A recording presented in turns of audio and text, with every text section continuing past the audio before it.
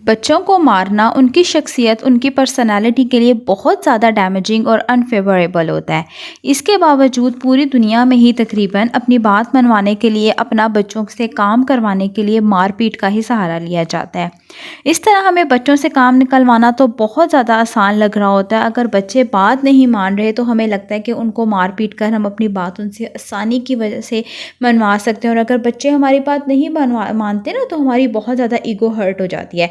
तो अपना इस तरीके से क्या होता है कि हम अपना काम निकलवा रहे होते हैं। टेम्परेरी तौर पे तो हमें ये बात बहुत ज़्यादा फ़ायदेमंद लग रही होती है, लेकिन आगे जाकर जो है ना बहुत ज़्यादा ये हमारे लिए नुकसानदेह साबित हो सकती है। इसी हवाले से जो है ना आज मैं आप लोगों के साथ 6 ऐसी टिप्स शेयर करूँगी ना, जिससे आप अपने बच्चों की तरबियत बहुत अच्छे तरीके से कर सकते हैं। तो जब हम चलते हैं वीडियो की तरफ, अस्सलाम वालेकुम। So let's get in the video. Welcome back my channel. Hopefully you are all doing good. I am also good. तो यहाँ पर जो है ना सबसे पहले मैं अपने व्लॉग के बारे में आप लोगों को बता दूँ कि सबसे पहले क्लीनिंग वगैरह की थी, और बच्चों के लिए जो है ना क्लीनिंग करने के बाद मैंने स्नैक्स वगैरह बनाए थे, तो वो उसकी रेसिपी हर चीज़ मैं आप लोगों के साथ साथ साथ शेयर करूँगी, और साथ ही साथ आप लोगों के साथ कुछ टिप्स शेयर करूँगी। तो सबसे बड़ा जो नुकसान होता है ना, बच्चों को मार पीट के हम मतलब मारते हैं, पीटते हैं, इतना ऊंचा ऊंचा बच्चों के साथ बोलते हैं। तो सबसे पहली चीज़ होती है उनकी तालीमी कारकर्दगी या एकेडमिक कैरियर जो होता है वो बहुत ज़्यादा उनका इफ़ेक्ट होता है, और बच्चे जो होते हैं ना वो बहुत ज़्यादा इसकी वजह से जो है ना एहसास कमतरी का शिकार हो जाते हैं। जब हम उनको इतना ज़्यादा डांटते रहते हैं ना, तो उनके दिल में एक खौफ बैठ जाता है, बच्चे माँ से भागते हैं। तो ये बहुत बुरी बात होती है, और बच्चे बहुत ज़्यादा ना आगे से एग्रेसिव हो जाते हैं, गुस्से वाले हो जाते हैं। मैंने ऐसे बहुत से वालिदैन देखे हैं जो मतलब अपने बच्चों को मारते हैं और उनको पता ही नहीं चलता, और वो दरअसल ख़ुद ना एक डिप्रेशन का शिकार हुए हुए होते हैं। और जब माएँ पूरा दिन घर का काम करती रहती हैं, घर का काम करके थक जाती हैं, बच्चे तंग करते हैं, तो उन पे बहुत ज़्यादा गुस्सा आता है। और ये ज़ाहिर बात है, जब आप पूरा दिन घर का काम करके थक जाती हैं ना, एक अलग सा डिप्रेशन होता है, सर में दर्द होता है, और हम लोग क्या करते हैं, अपने बच्चों को मार पीट कर देते हैं। जब बच्चा आगे से कुछ कह रहा हो ना, हम उसका सुनने के बजाय उसको मारते हैं, क्योंकि दरअसल आप खुद एक डिप्रेशन का शिकार हुए हुए होते हैं, और वह जिस मसले में भी हो ना, आप उसका हल नहीं आप लोगों को मिल रहा होता, और फिर माँ का जितना भी डिप्रेशन होता है ना, बच्चों पर मारपीट की सूरत में निकल रहा होता है। और दूसरी सूरत में बच्चों को आप तब मारपीट कर रहे होते हैं जब उनको ना एक डर सा होता है, माँ बाप को एक डर होता है कि हमारे बच्चे जो है ना वो पीछे ना रह जाएं। तो इस वजह से जो है ना हमारी सोसाइटी में क्या इज़्ज़त होगी, या तो अगर मतलब आपका बच्चा है और साथ ही उसका कोई कज़न है, दोनों सेम क्लास में होते हैं ना, तब आप लोगों को डर होता है कहीं उसके बच्चे के नंबर ज़्यादा ना आ जाए। अगर उसके बच्चे के नंबर ज़्यादा है तो हमारी ईगो हर्ट होगी, हम लोगों के ऊपर आएगा कि हम अपने बच्चे की तरबियत अच्छी नहीं कर रहे, उसको हम पढ़ा नहीं रहे। और स्पेशली जब आपका बच्चा पोजीशन नहीं लेता, हम बच्चे को इतना डांटते हैं, फ़लाँ के बच्चे को देखो उसने कितनी अच्छी पोजीशन लिया, फर्स्ट पोजीशन में आया, और तुम्हारे तो 90% मार्क्स हैं, तुम तो मार्क्स ही नहीं ले सकते। तो ये बहुत ज़्यादा गलत बात होती है कि हम अपने बच्चे को इतना डिसहार्ट कर देते हैं, तो जिसकी वजह से जो है ना बच्चा और पीछे ज़्यादा रह जाता है, वो अपना कॉन्फिडेंस जो होता है ना उसको लूज़ कर देता है। तो ये बहुत ज़्यादा गलत बात होती है। इसी वाले से कुछ पॉइंट्स हैं जिन पर अमल करके आप बच्चों के बिहेवियर को चेंज कर सकते हैं, लेकिन ये नहीं कि आपने इसको 1 हफ़्ते के लिए मतलब बच्चों के ऊपर अप्लाई करना है। देखिए, बच्चों को एग्रेसिव करने के लिए, उनको मतलब चिड़चिड़ा करने के लिए भी तो आपने कितना टाइम लगाया है ना। लेकिन अब ये तो नहीं ना कि अगर आप ये पॉइंट मतलब 1 हफ़्ता उनके ऊपर अप्लाई करेंगे तो बच्चे 1 हफ़्ते में ही ठीक हो जाएँगे, ऐसा बिल्कुल नहीं होगा। जितना टाइम आपने उनको एग्रेसिव करने में, उनको चिड़चिड़ा करने में लगाया ना, इतना ही टाइम आपने इन टिप्स के ऊपर, 6 टिप्स के ऊपर अमल करके अपने बच्चों को जो है ना वो सुधारना है, ठीक है। तो सबसे पहला जो मेरा पॉइंट है ना वो है, don't get angry and don't shoot on your child. गुस्से का इलाज गुस्से से नहीं, मोहब्बत से करना है, ठीक है। मतलब don't get agree and don't shout on your child.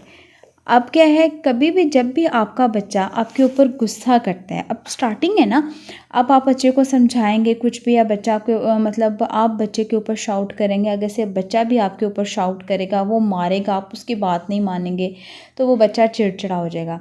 अगर बच्चा आपसे कुछ ऊंची आवाज़ में बात भी कर रहा है, आपने उसको प्यार से समझाना है, उसको आपने प्यार से समझा के कहना है कि आप बहुत अच्छे हो, आपने उसकी थोड़ी सी तारीफ़ करनी है। जब आप उससे प्यार से बात करेंगे, नरम लहजे में बात करेंगे, तो जो बच्चा होगा ना वो भी थोड़ा सा जो है ना वो पॉजिटिव आएगा, उसका जो एक चिड़चिड़ापन होगा ना वो भी थोड़ा सा आहिस्ता आहिस्ता नॉर्मल होगा। अब जैसे ही बच्चा सुबह उठता है आप उसको प्यार से पूछ लें, बेटा आपने क्या लंच करना है। ये नहीं कि अगर बच्चा सुबह उठता है वो कहता है आज तो मैंने फ्राइज़ लेके जानी है, आप उसको फ़ौरन से उसको डांट दें, नहीं नहीं है आलू, नहीं है चिप, नहीं बन सकती, बहुत टाइम लगता है, ये बहुत गलत बात है। आप उसको प्यार से समझाएं, बेटा आज मार्केट जाऊँगी, आलू लेकर आऊँगी और फिर जो है ना मैं आपको कल को फ्राइज़ बना दूँगी, या अभी बहुत ज़्यादा लेट हो गया तो कल मैं आपको फ्राइज़ बना दूँगी। अगर आप यही बात उसको प्यार से समझाएंगे तो वो उस चीज़ को अपने अंदर एब्जॉर्ब करेगा, एक पॉजिटिविटी आएगी उसके अंदर, और इस तरीके से जो है ना बच्चे के अंदर एक बहुत अच्छा चेंज आएगा। अगली जो मेरी टिप है ना वो है एडमायर योर चाइल्ड। जब मतलब एडमायर योर चाइल्ड है, इसका मतलब है कि जब भी आपके बच्चे खेल रहे हों तो कभी भी उनको टोके नहीं। मतलब कि अगर आपका बच्चा 1 घंटे से खेल रहा है अपने कज़न्स के साथ नहीं खेल रहा, अपने बहन भाइयों के साथ खेल रहा है, तो कभी भी अपने बच्चे को, अगर वो लड़ पड़ता है ना 1 घंटा खेलने के बाद, अगर उसकी थोड़ी सी लड़ाई हो जाती है तो उसको डांटे नहीं। उसको ये मत कहें कि तुम तो हर वक्त लड़ते रहते हो, तुम लोग आराम से नहीं खेल सकते। इस तरह से उसको जो है ना आप बार बात में ना उसको टोकें मत, नहीं तुम नहीं खेल सकते, तुम लड़ते रहते हो। जब आप उसके अंदर ये चीज़ डालेंगे ना तो एक नेगेटिविटी उसके अंदर आ जाएगी बच्चे के अंदर।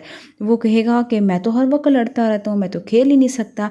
अगर वो बच्चा बैट बॉल खेलता है, अगर वो स्टार्टिंग है, आपका बच्चा छोटा है, अगर वो फर्स्ट टाइम बैट बॉल खेल रहा है तो उसको प्यार से पहले आप लोग सिखाएं कि जी इस तरह नहीं, इस तरह। उसको थोड़े दिन आप लोग सिखाएं, ये नहीं कि आप एकदम से उसके ऊपर बहुत ज़्यादा शाउट करना शुरू कर दें, तुम तो खेल ही नहीं सकते, तुम्हें तो बॉल ही नहीं कराना आती, तुम तो ऐसे हो वैसे हो।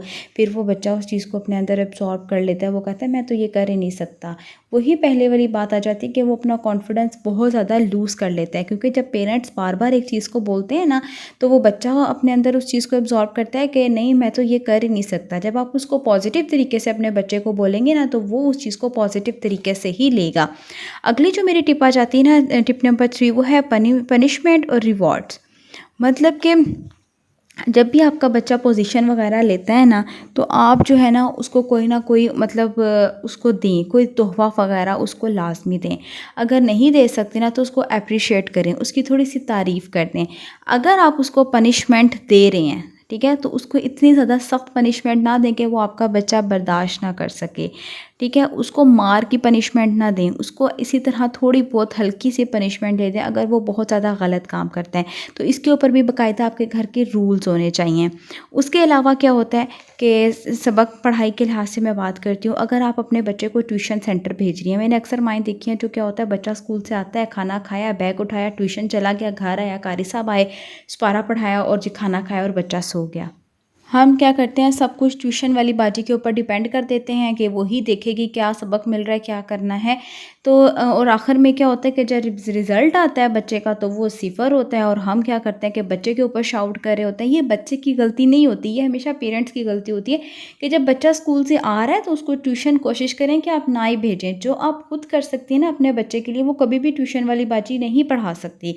वो ट्यूशन वाला बंदा उसको कभी नहीं पढ़ाएगा, जो आप उसको खुद मेहनत करके पढ़ाएंगे। उससे क्या होगा, आपको बच्चे की प्रोग्रेस का पता होगा, मेरा बच्चा क्लास में कैसा जा रहा है।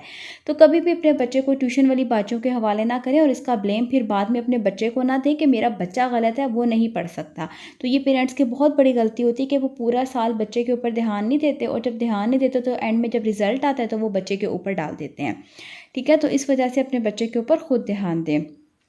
अगली जो मेरी टिप नंबर 5 है वो है make your promise and commitments. मतलब कि अगर आप अपने बच्चे के साथ कोई प्रॉमिस करते हैं तो उसको हमेशा पूरा करें। अगर आप अपने बच्चे को कहते हैं ना बेटा मैं आपको ये चीज़ दिलवाऊंगा, तो उसको दिलवाएं। फिर अगर आप उससे कोई प्रॉमिस करते हैं उसको प्रॉमिस पूरा करें। अगर आप नहीं करते तो ये झूठ हो जाएगा, वो बच्चा फिर उस तरीके से आपसे झूठ बोलना सीख जाएगा कि हमारे माँ ने तो कहा है मैं आपको टॉफ़ी दूंगी, वो टॉफ़ी नहीं देती। अगर वो माँ ने बोला है या बाप ने बोला है कि मैं आपको इस जगह पार्क लेकर जाऊँगा, वो पार्क ही नहीं लेकर जाता फिर। तो ये बहुत गलत बात है। अगर आप अपने बच्चे से कोई कमिटमेंट करते हैं ना तो उसको काइंडली पूरा करें। अगली जो मेरी लास्ट 6 टिप है वो है स्ट्रेस मैनेजमेंट। मतलब कि अगर आपको बहुत ज़्यादा स्ट्रेस है ना तो आप क्या करते हैं, अपने बच्चे को मारते हैं और इससे बच्चा स्ट्रेस में जाता है। और फिर जब वो अपने बहन भाइयों के साथ खेलता है ना तो होता ही है कि वो अपने बहन भाइयों को भी मार रहा होता है। आगे छोटा बच्चा होता है, जब वो देखता है कि मुझे मार पड़ रही है तो इसका मतलब है अगर भाई चीखेगा, भाई कुछ करेगा या हम खेल रहे होंगे तो हमने अपने बहन भाइयों को, अपने कज़न्स को भी मारना है। और इस तरह से बच्चे बहुत गलत चीज़ों को अडॉप्ट कर लेते हैं। उसके अलावा मैंने पेरेंट्स को देखा है कि क्या कर रहे होते हैं कि बच्चों को बहुत ज़्यादा रोक-टोक कर रहे होते हैं। तो बच्चों को इतना ज़्यादा माइक्रो कंज़्यूम ना कर लिया करें कि बच्चे को बार-बार आप टोकें, "बेटा तुम चल कैसे रहे हो? बेटा तुम बेडशीट है मेरी ख़राब हो जाएगी। तुम यहाँ बैठ कैसे रहे हो? तुम ये क्या कर रहे हो? तुम खा कैसे रहे हो?" हाँ, बच्चों को रूल्स बताएँ कि ऐसे नहीं, ऐसे खाना है। अब ये नहीं करें कि बच्चों को हर बात पे टोकें। हर बात पे मतलब छोटी-छोटी बात पे टोकें, "तुम वॉशरूम जा रहे हो, तुमने ऐसे किया है, सोप सारा ख़त्म कर दिया है।" मतलब छोटी-छोटी बात पे बच्चों को ना टोकें, बच्चों को टोकें, प्यार से टोकें, उनको समझाएँ। जो आप लोग अगर आपका बच्चा एक दफ़ा नहीं सुनता, उसको बार-बार समझाएँ। उसको मतलब गलत तरीके से ना समझाएँ। अगर अब कुछ माएँ कहती हैं कि हमारे बच्चे तो सुनते ही नहीं हैं, हमारे बच्चे तो मानते ही नहीं हैं, हम क्या करें? हमने तो उनको कहना छोड़ दिया है। यार आप माँ हैं, आप बार-बार कहें। अगर आपका बच्चा एक दफ़ा नहीं सुनता, आप उसको प्यार से 10 दफ़ा समझाएँ। जो आप समझा सकती हैं, वो कोई दूसरा नहीं समझा सकता। और किसी भी दूसरे को ना इजाज़त दें कि वो आपके बच्चे को आके मारे या आपके बच्चे को जो है ना वो आके समझाए। हाँ, अगर नाना-नानी, दादा-दादी हैं वो समझाएँ बच्चे को, लेकिन किसी तीसरे या चौथे को इजाज़त ना हो कि वो आपके आके आपके बच्चे को समझा रहा हो, उसको मार रहा हो आके, ठीक है? तो उम्मीद करती हूँ आज की टिप्स अच्छी लगी होंगी। अगर मेरी वीडियो आज की अच्छी लगी हो तो लाइक कर दीजिएगा, शेयर कर दीजिएगा, चैनल को सब्सक्राइब कर दीजिएगा। ओके, अगली वीडियो तक के लिए अल्लाह हाफ़िज़।